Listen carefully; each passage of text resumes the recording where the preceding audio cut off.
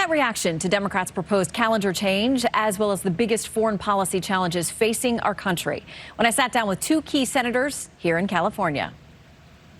Senators Ernst and King, welcome back to Fox News Sunday. Good to have you. Thank you. We've got a lot of foreign policy to discuss, especially in this setting. But first, some domestic. Let's talk about Iowa, along the first in the country for the political caucuses. President Biden now says the primary calendar needs to change to represent voters and Americans more broadly. The Republican Party of Iowa says the DNC and Joe Biden have just kicked off utter chaos. The president says Democrats are going to get a better candidate who's going to be more broadly interesting and somebody that is going to garner votes for them in the general. Should Republicans consider changing from Iowa? Absolutely not. And I'm sorely What do you think she's going to say? The senator from Iowa, I have to ask. So I am sorely disappointed that the Democrats chose not to have Iowa as their first in the nation caucus. We have seen a number of pushes in the past to change this. I'm glad that Republicans are staying the course. And, you know, how I feel about this, I feel that Democrats have really given middle America the middle finger. Senator King? I'm an independent. They can do what they want. You're showing up one way or the other. I don't have a dog in this fight. You do have a dog in the fight when it comes to cyber. You've been talking about that here at the Reagan Library, and there are a number of concerns on that front. But one of the things that people across the aisle, our intel agencies are all sounding the alarm over is an app that millions of Americans have downloaded voluntarily and happily onto their phones, TikTok. Washington Post has a piece that says this: it's amassing compromising information on millions of Americans, which it can later use for national security or commercial espionage and for strategic influence operations against our country. It's been banned in some places. India bans it. Should the U.S. consider that? How concerned I think we definitely should consider it. The problem is with China, there's no distinction between the government and the private sector. Everybody works for the government one way or another. So TikTok can say, well, we're an independent country. Nonsense. And the second piece is that the Chinese are really into stealing data and collecting data. And this is one huge way to do that. And they're going to have every keystroke, everything you enter, every comment. I think it is very dangerous. And if this were Austria or Australia, I don't think we need to worry about it. But here's a country that's demonstrated a propensity to intrude into our affairs, and particularly to use cyber to do so. And China is top of mind in the conversations here this weekend. Senator, what do you make of the ongoing protests there? What is an appropriate role for the U.S. at this inflection point? Well, I do think we should be encouraging those continuing protests in China.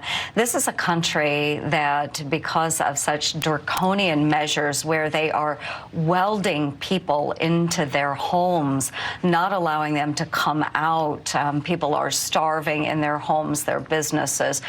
We need to continue to encourage pushback against that government. We need to have a loud voice in the United States as well, making sure that we are supportive of the Chinese people that are protesting. We want their voices to be heard. And then any number of ways that we can make sure that we are getting that message out through their own communities. Well, but here's one of the real problems, though.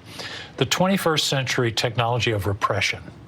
You could have widespread dissent in China, Russia, Iran, whether they can get out from under the thumb of a despotic government that has pervasive surveillance, tapping phones, you name it. They're under total control. So the real question to me is, no matter how serious the unrest is, can they ever throw off the yoke of these governments? Well, and part of that brings up this question about U.S. companies like Apple and accusations that they're disabling some of the things that would allow iPhone users there in China to have communications about protests, about protecting themselves.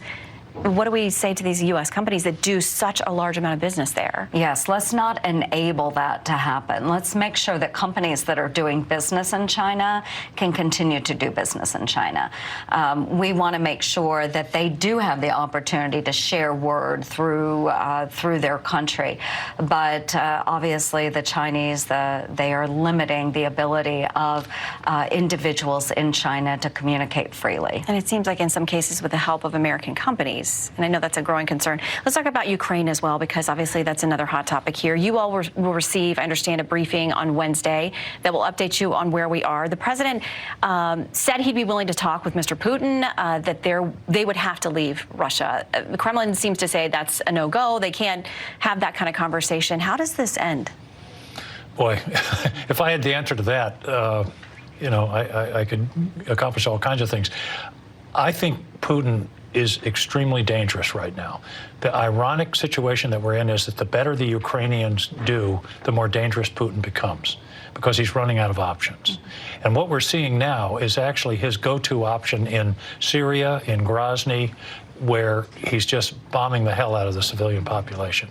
And the problem is that that's just below the level where he knows we'll get into it in a more serious way. And so we're in a very difficult situation. I think what we've supplied to the Ukrainians has been enormously important. I think we need to continue to do so. Putin's number one priority right now is to divide the West in terms of our support for Ukraine. We can't fall for it. So the White House has now asked for another $38 billion in this next tranche of potential spending. There are Republicans who are asking for more transparency. Over on the House side especially, there's talk of a resolution there that would allow for tracking these dollars. They're taxpayer dollars. U.S. Citizens who work hard for this money want to know exactly where it's going. Congresswoman Kat Cammack out of Florida says this: I liken it to the airline videos they do before you take off. You need to put on your own oxygen mask before helping others. I just don't think as a legislator that I could in good conscience support billions and billions of funding going overseas when we have such dire needs here. Does she have a point? We can do both. We truly can. And it is important that we as members of Congress are communicating why it is so important that we're enabling freedom in other countries like Ukraine. I would put it this way: do we want to live in a world that is dominated by Russia, China, and Iran, where they are controlling the direction of our globe? I don't want to live in that world. I don't want to see what that looks like. I think it's incredibly important that we continue to advance freedom in Ukraine. I think she has a point, and it's wrong. I would suggest she Google Rhineland 1936, Sudetenland 1938. Hitler could have been stopped at those two times when he began his aggression in Eastern Europe. He wasn't. 55 million people died. Despots want to expand. Putin has told us who he is. Maya Angelou says if someone tells you who they are, you should believe them. He wants to reestablish the Soviet Empire. He said that. I have no doubt that if he had been able to sweep into Kyiv in a week, which is what he thought he could do, we'd now be talking about probes into the Baltic states or Poland. He's got to be stopped. It's in the national interest to stop him. The only thing more expensive than helping Ukraine is a world war. Where do we draw the line financially? Where do we draw the line? Yeah. Well, number one, there accountability. I have no problem with accountability. There so you should would be support that kind of legislation? Absolutely, and that's already happening. And there's a lot of inspector generals and all that kind of thing. I think the president has drawn the line in the right place, which is intelligence support, equipment support, material support, no troops, unless there's an attack on a NATO ally. And the Ukrainians are showing great ability to defend themselves. And it reminds me of Churchill: give us the arms, and we'll take the fight. And that's what we're doing. Okay, senators, thank you both very much for your time. Thank you. Thank you.